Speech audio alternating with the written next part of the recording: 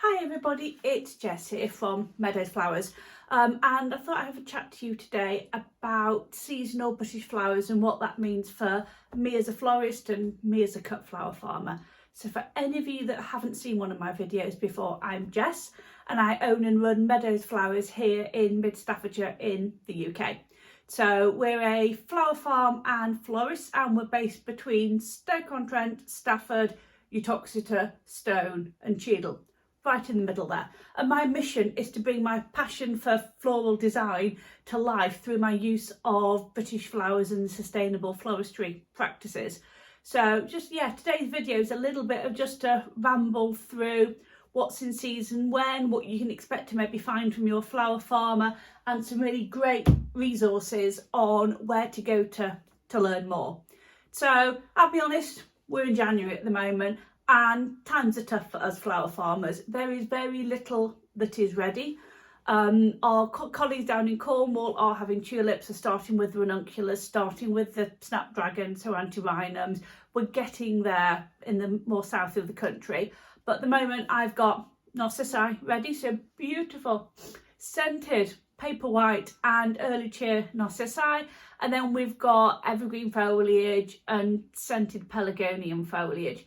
If you've never used scented pelargonium foliage, just do it. It is stunning. My brides this year are going wild for it because it just gives that gorgeous aroma to table centres, to bridal bouquets. Anyway, I digress. Once we start moving into February, we are still on narcissi. We will then move through the ranunculus, the anemones will start to come in, the tulips will really start to come in potentially late February. And again, our sort of foliage were really restricted by all that evergreen and the pelargoniums.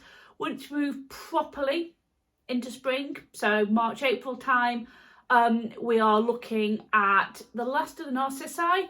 Ranunculus are really in their stride, and ranunculus just are such a great flower we can grow in the UK now. That along with the anemones and the tulips and blossom. Once it's blossom time, we have apple blossom, crabapple blossom, cherry blossom, spirea, lovely, lovely spring touches that are uniquely British, really, in British floristry. Then moving into late spring as we start to drift into the warmth of the early summer, we're into May and June where we're going to have sweet peas. Who doesn't love a sweet pea? We'll have sweet peas, we'll have lupins, roses, peonies. Peonies only flower for 3 weeks, but let's make the most of them. But please don't ask me for homegrown peonies for your wedding because I will have sleepless nights because we can't predict when they're going to flower. However, I love them. You might be lucky to get one in a DIY bucket. You might be lucky to get them in a bouquet if you're in May, June time, but they are temperamental, madam. And then we've got the alliums, the sweet rocket, irises, you know, delphinium star, and then we've got the gorgeous wafts of scabiosa and the orlea and the nigella, all those lovely airy elements.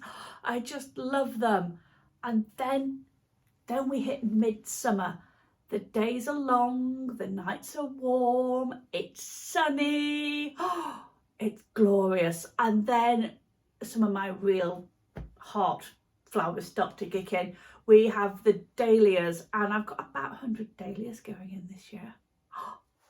All sorts of colours. So dahlias kick in from July onwards, along with the zinnias, that pop of colour that is just unbelievable. And they continue right the way through the August and September, along with still those backup fillers of the airy elements of gypsophila, nigella, scabiosa.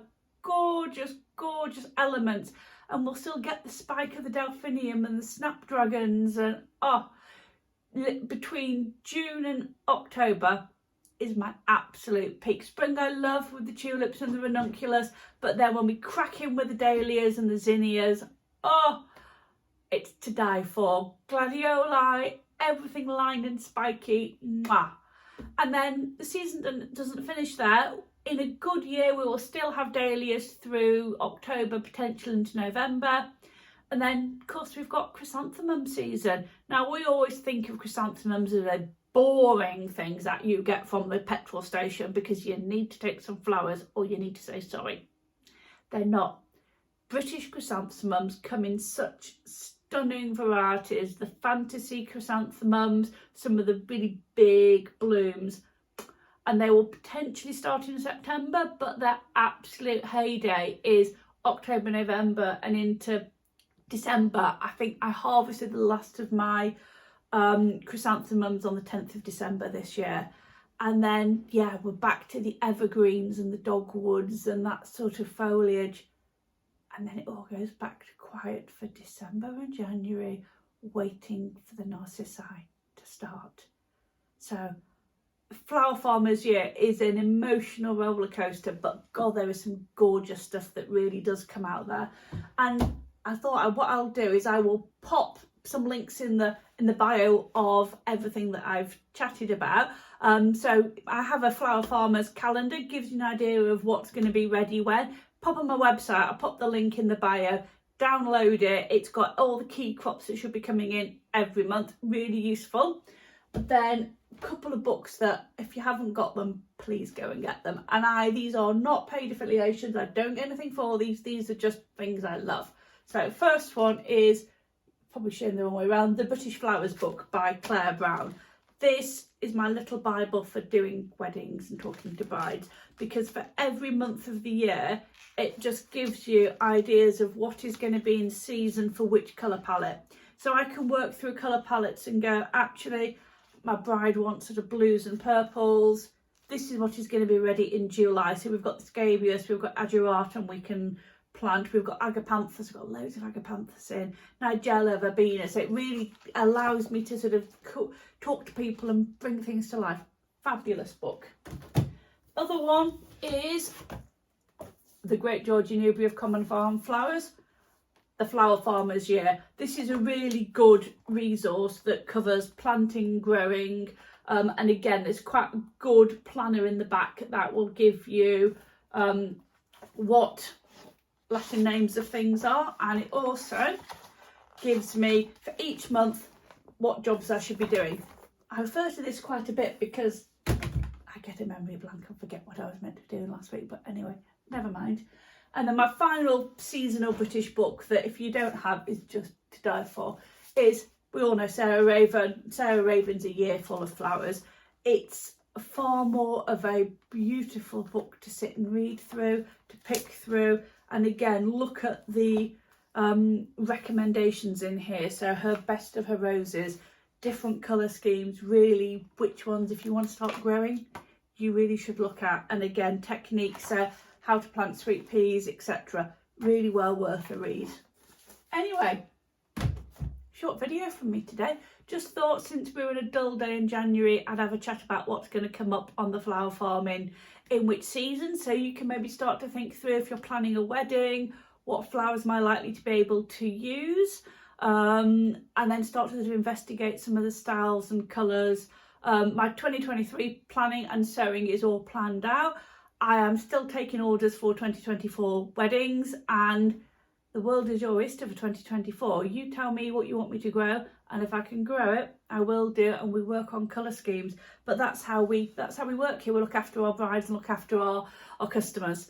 So as always, if you like my video, please click the like button. Pop any comments about what your favourite season is, what you're looking forward to coming through this year. Please pop those in the comments, and if you've not already subscribed to my channel, please do so. I'm Jess. This is Meadows Flowers. We are a seasonal British flower farm and florist. We are sustainable, and our ethos is just a passion for flowers and a passion for floral design. And I'll see you soon. Bye bye.